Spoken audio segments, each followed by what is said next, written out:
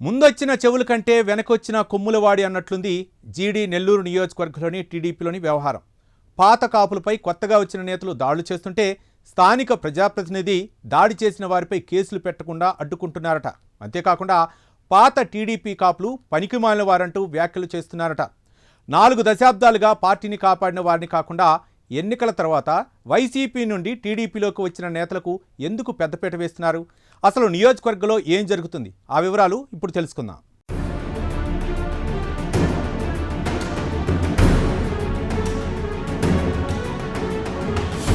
జీడీ నెల్లూరు నియోజకవర్గం ఉమ్మడి చిత్తూరు జిల్లాలో హాట్ టాపిక్గా ఉన్న నియోజకవర్గం.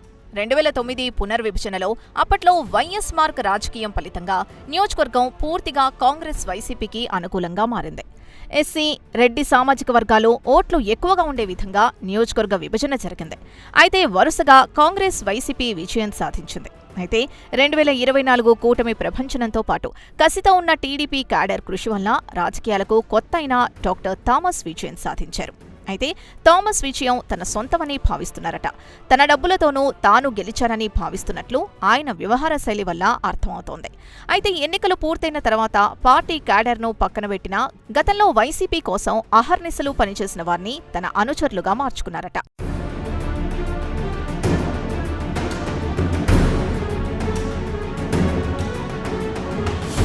ఆపరేషన్ లేకుండా మోకాళ్లు మరియు నడుము నొప్పులకు అత్యాధునిక చికిత్స. ఆర్ఎఫ్ఏ మరియు ప్లాస్మా పద్ధతిలో చిన్న ఇంజెక్షన్తో పరిష్కారం. Ask hospital, road number 12, Banjara hills.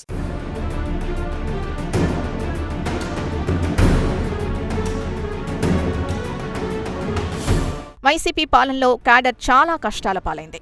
SC, ST atrocity కేసులతో పాటు అనేక కేసులు పెట్టించుకున్నారు. వ్యక్తిగత దాడులు చేయించుకున్నారు. మరోవైపు తమ వృత్తి వ్యాపారాల్ని పోగొట్టుకున్నారు. అయినప్పటికీ పార్టీ జెండాల్ని వీడలేదు. అధికారంలోకి వచ్చిన తర్వాత తగిన గుర్తింపు వస్తుందని అనుకున్నారు. అయితే వీరిని కరివేపాకులాగా వారు వాడుకున్నారు. ప్రస్తుతం పాత కాపులు తమకు కనీస మర్యాద లేని స్థితిలో ఉంటున్నామంటున్నారు. పాలసముద్రం మండలంలో గ్రావెల్ క్వారీలు పెద్ద ఎత్తున అక్రమంగా నడిపారట. మైన్స్ జియాలజీ శాఖలో గత ప్రభుత్వం నుంచి కొనసాగుతున్న అధికారి సాయంతో అడ్డగోలుగా గ్రావెల్ తరలించి పెద్ద ఎత్తున తమిళనాడు తరలించారట. ఇందులో ఎమ్మెల్యే పిఏతో పాటు వైసీపీ నాయకుడు విజయానందరెడ్డి అనుచరుడు, తిరుపతికి చెందిన ఓ వ్యాపారి అక్రమ దందా నడిపారట. విజయానందరెడ్డి అనుచరుడైతే ఓ గ్రనైట్ వ్యాపారిని 50 లక్షలు డిమాండ్ చేసిన ఆడియో కూడా అప్పట్లో హల్చల్ చేసింది. వీటన్నిటినీ సమర్థించిన ఎమ్మెల్యే ఏకంగా టీడీపీ పాత నాయకులు లెగసీ చెత్తలాంటి వారని తన అంతరంగికుల వద్ద చెప్పుకున్నారట.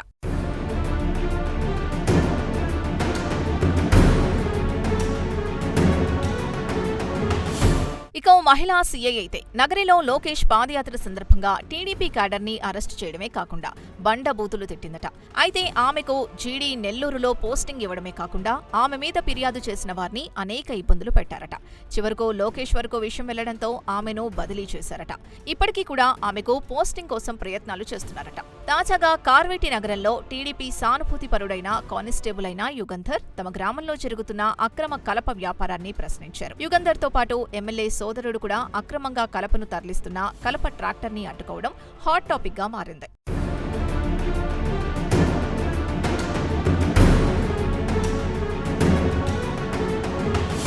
అయితే అక్రమ కలప దందా చేస్తున్న మాజీ వైసీపీ సర్పంచ్ ఆదాం, అతని అనుచరులు యుగంధర్పై దాడి చేశారట.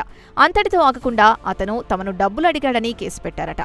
ఏఆర్ కానిస్టేబుల్ టీడీపీ సానుభూతి పరుడని గతంలో మాజీ డిప్యూటీ సీఎం నారాయణస్వామి వర్గం అతన్ని అనేక ఇబ్బందులు పెట్టింది. హైకోర్టు ద్వారా అతను ఉత్తర్వులు తెచ్చుకొని విధుల్లో కొనసాగుతున్నాడు. ఇంత ఇబ్బందుల్లో ఉన్న వ్యక్తిపై దాడి చేస్తే పోలీసులు సైతం దాడికి గురైన అతనిపై కేసులు పెట్టడం జరిగినట్లు సమాచారం.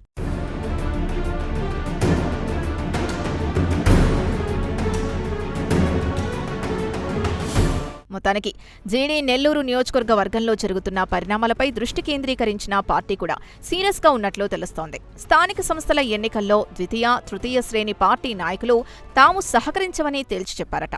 పదవులు ఆశించకుండా కేవలం పెద్దయిన చంద్రబాబు మీద, తెలుగుదేశం పార్టీ మీద ఉన్న అభిమానంతో అన్నీ సహించి ముందుకు పోతున్నామని అంటున్నారు.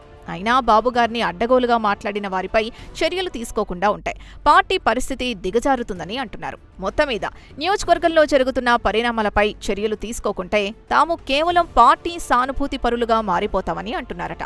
చూడాలి జీడీ నెల్లూరులో జరుగుతున్న పరిణామాలపై చర్యలు ఎలా ఉంటాయో చూడాలి.